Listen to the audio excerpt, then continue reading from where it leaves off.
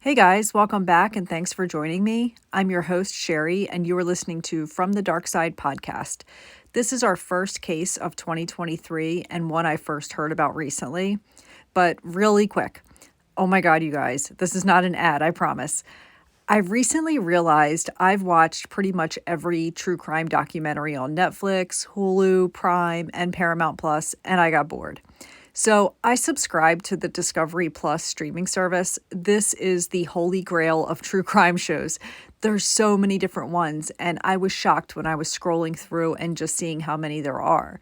So for all you true crime fans, I highly recommend checking out Discovery Plus. It's also cheaper than the other streaming services. It's only $4.99 a month, but I pay the extra $2, so I pay $6.99 a month so I can have it commercial free, which is totally worth it.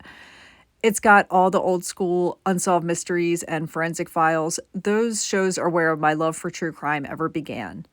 Anyway, find Discovery Plus and sign up for it, and you'll get a 1-week free trial. Today's story is about a young woman who was found floating in the Atlantic Ocean just 4 miles off the coast of Cape May, New Jersey. I have lots of memories of taking my son here when he was a kid, even in 2003 when this story takes place. Cape May is an absolutely beautiful beach. Who was this young lady, and how did she end up deceased in the water with chains and restraints around her ankles? We'll get to the bottom of it. This podcast is for entertainment purposes only, and all suspects are innocent until proven guilty. My sources are listed in the description area. This is episode 60, The Murder of Kimberly Holton. This story takes us back to 2003. Hard to believe that was 20 years ago. Some things going on around the world. MySpace.com was created. Some movies that had came out were Finding Nemo, The Matrix Reloaded, and The Return of the King, which won 11 Oscars. Johnny Depp was People magazine's sexiest man alive. Beloved TV star John Ritter passed away at the age of 54. The number one song of 2003 was In the Club by 50 Cent. And lastly, Apple launched iTunes and sold 1 million songs during the first week. On October 8th, 2003, a couple is out cruising in their new boat just a few miles off the coast of Cape May, New Jersey, when they spot something in the distance floating in the water. They wonder if this is a deceased animal or some trash, but they never expected to find what they found. As they got close, they stop the boat and peer over the edge. What they discover leaves them horrified. They can see this is a body of a woman, and she has long hair. They immediately phone the police, and the body is recovered and taken to a nearby makeshift command center where they cordon off with crime scene tape. Detectives from New Jersey police arrive and start their investigation. They can see that she is young, like under 20 years old. But you guys know from previous cases, water is basically the worst thing that can happen to a corpse. It makes decomposition occur much faster. She had a lot of marine life that had been feeding on her for however long she was in the water. They can tell she hasn't been in there for years, though, maybe just a week or two at most. Her genes were still intact, and there's just certain things about the corpse that show this death had occurred recently. The strangest thing was that she had a 15-foot chain tied around her ankles, along with duct tape. She had a rock crab attached to her inner thigh, so this showed detectives that she was at the bottom of the ocean at some point because rock crabs are bottom feeders, meaning they mainly hang out at the bottom of the ocean. Who was this girl? Police are first concerned about finding her identity, and from there, how did she end up in the water, and was she alive when she went in, or was she already deceased? Her body is brought into the New Jersey Medical Examiner's office. An autopsy is performed, and they're looking for gunshot wounds or stab marks, but they don't see any of them. The medical examiner does find that the base of her skull had a large fracture. She tells police the fracture is consistent with falling, but the fall would have had to come from a really tall height, like a 5-story building. This is puzzling because if she was tossed into the water from a boat, she would have only fell at around 10 feet maximum. They wonder if she was tossed out of a building somewhere else and then placed in the water. The problem is that this would be extremely hard for someone to pull off. You can't just throw someone off a building, run downstairs and outside, collect a body, and load it into a vehicle and then a boat. None of this makes sense. They attempt to get her fingerprints, but being in the water for so long had made her fingertips very prune-like and rippled. Think of your fingertips when you get out of a pool or a bathtub. So they inject fluid into each one, which swelled them out and gave them nice, smooth fingerprints, and they have a match. Her fingerprints match a resident from Dover, Delaware. Dover, Delaware is very close to Cape May, New Jersey. If you're not from around this area, if you look at a map, you'll see just how close it is. It's only about 60 miles. Lots of people from Delaware vacation at the Jersey beaches. Since she is a Delaware resident, a Delaware detective, along with a New Jersey detective, are assigned to the case. Both agencies are going to work together to find her killer. The woman found in the water was 16-year-old Kimberly Holton. They travel to her home, which is in a trailer park in Dover, Delaware. Her foster mother opens the door and sees the detectives there and knows something is very wrong.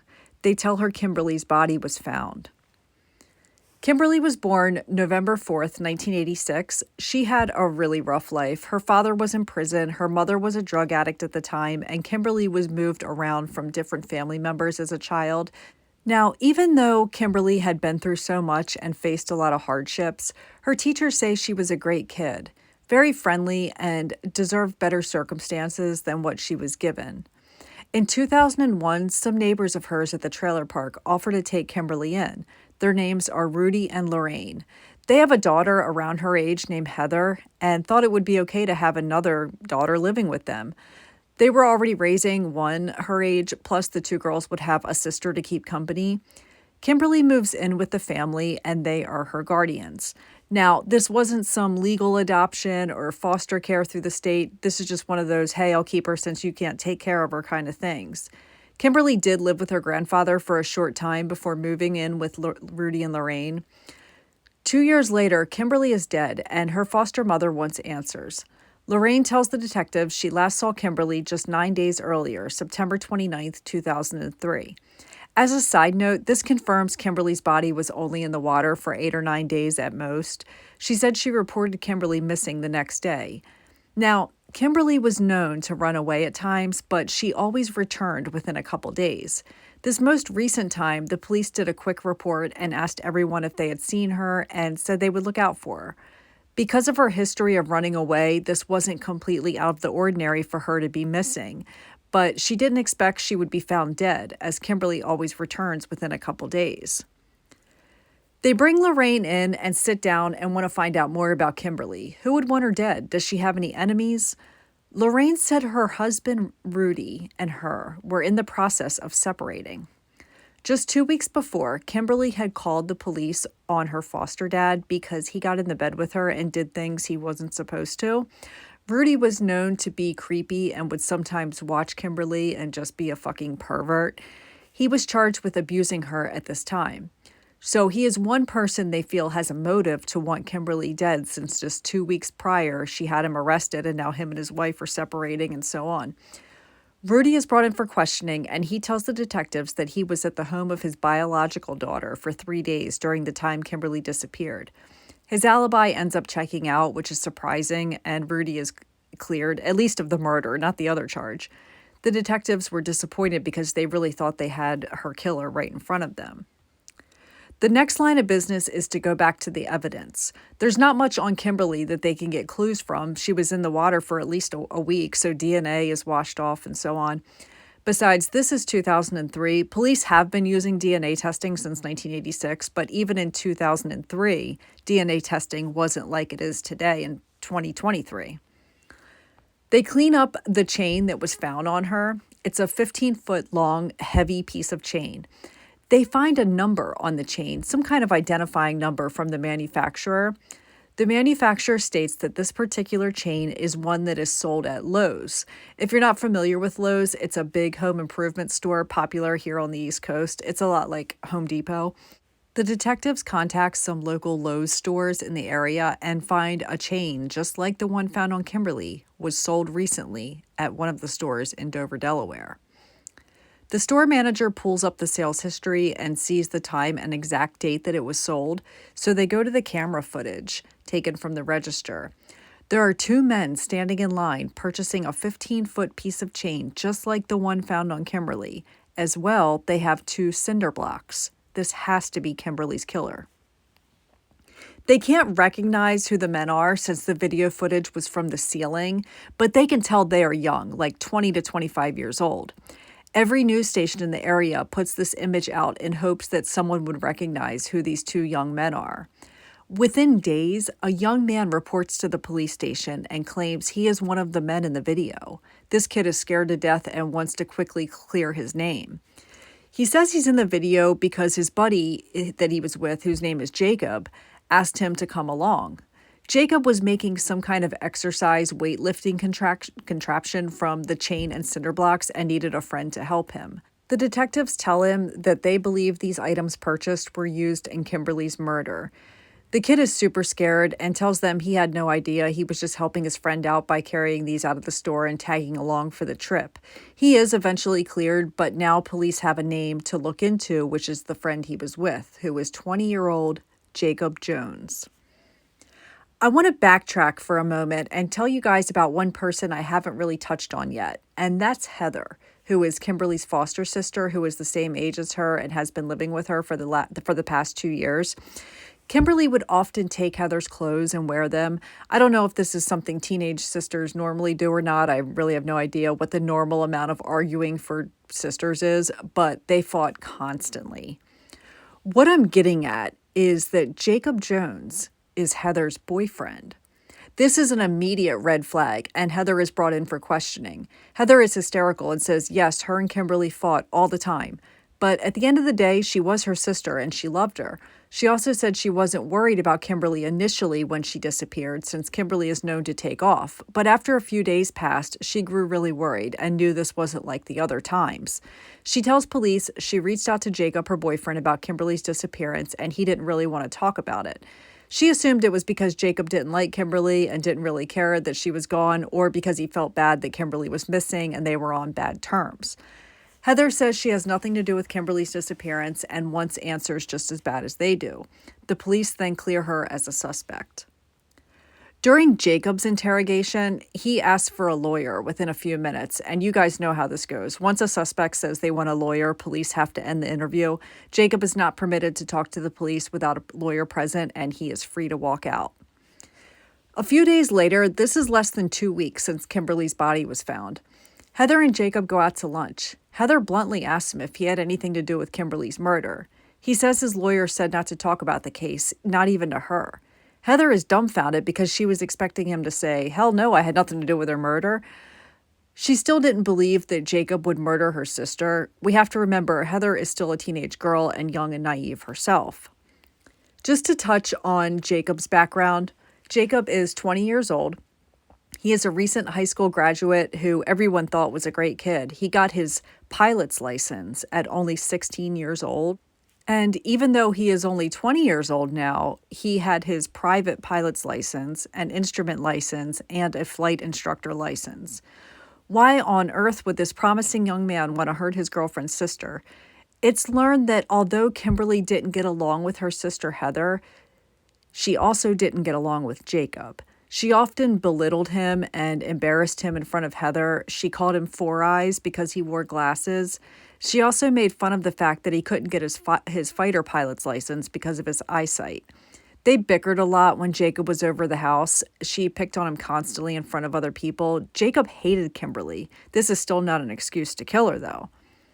The police ended up getting a warrant for Jacob's arrest, and now he'll have to be brought in, and even a lawyer won't be able to do anything right now.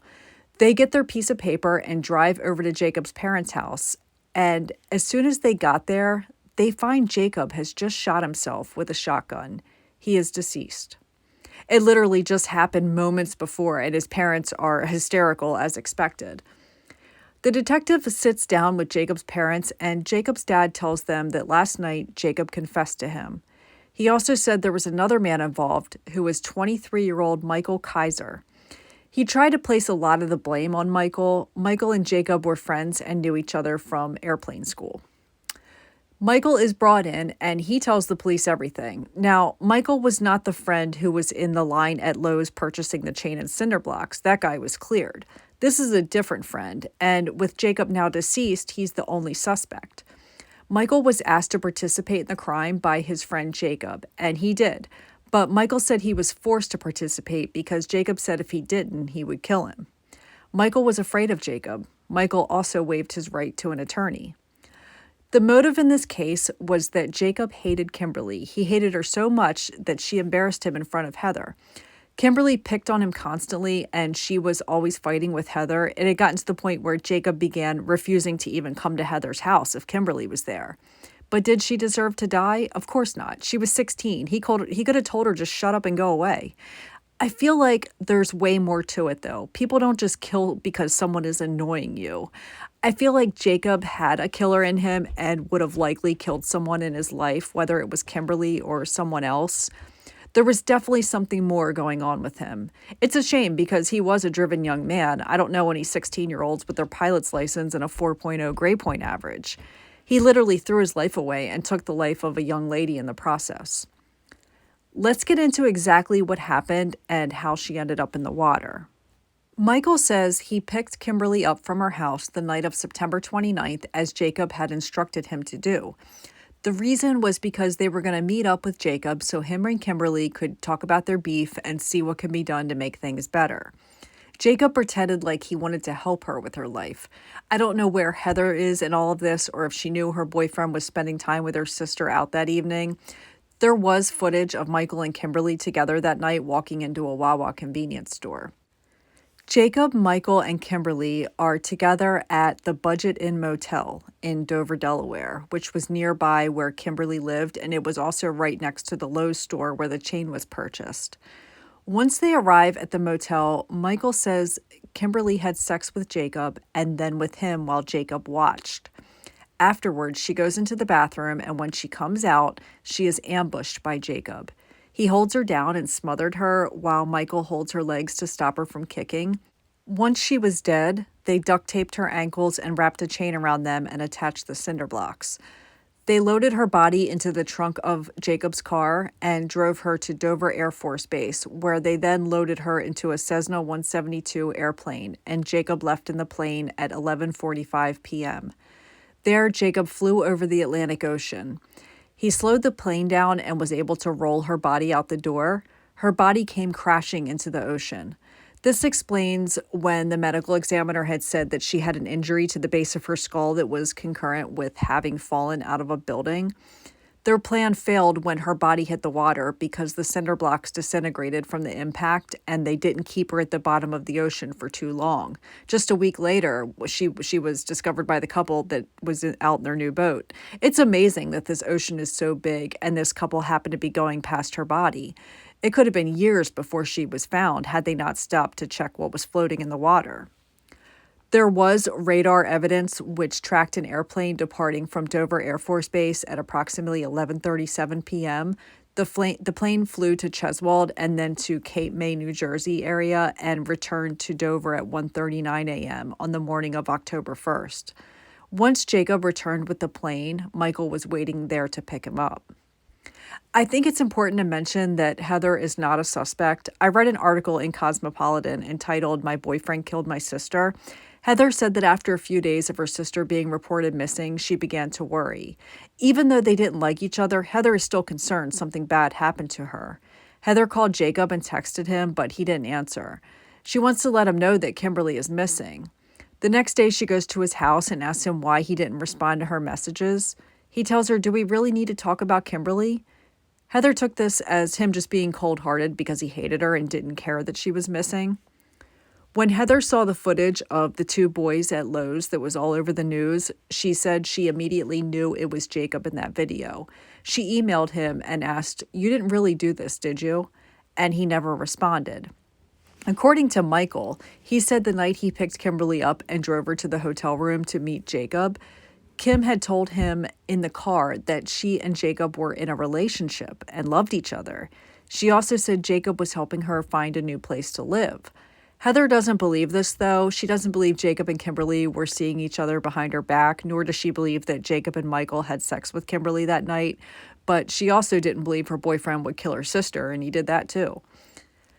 Just 2 days after Michael's arrest, he was being held at the Delaware Correctional Center. The guards were doing their nightly routine walkthrough and discovered Michael had hung himself with his shoelaces in his cell. They get him down and he is taken to the medical portion of the prison. He is still alive, but just barely. If it had been a minute later that he was found, he'd be dead. From there, he was taken to Kent General Hospital and then transferred to shock trauma in Christiana Hospital, where he was in critical condition. He eventually recovered, and in 2004, he was tried for his involvement with Kimberly's murder. The trial began on October 27th, and on November 16th, the jury delivered their verdict, which was first-degree murder and conspiracy to commit murder. He was sentenced to life in prison without the possibility of parole. Now, Delaware does have the death penalty, so he got pretty lucky with that one. The judge who handed down the sentence told him very clearly that Jacob was a coward that took his own life, and if Jacob was standing in front of him, he would be given the death penalty. The judge also told Michael that Kimberly's life and her interactions with her foster family had no impact on his life whatsoever, and he's right.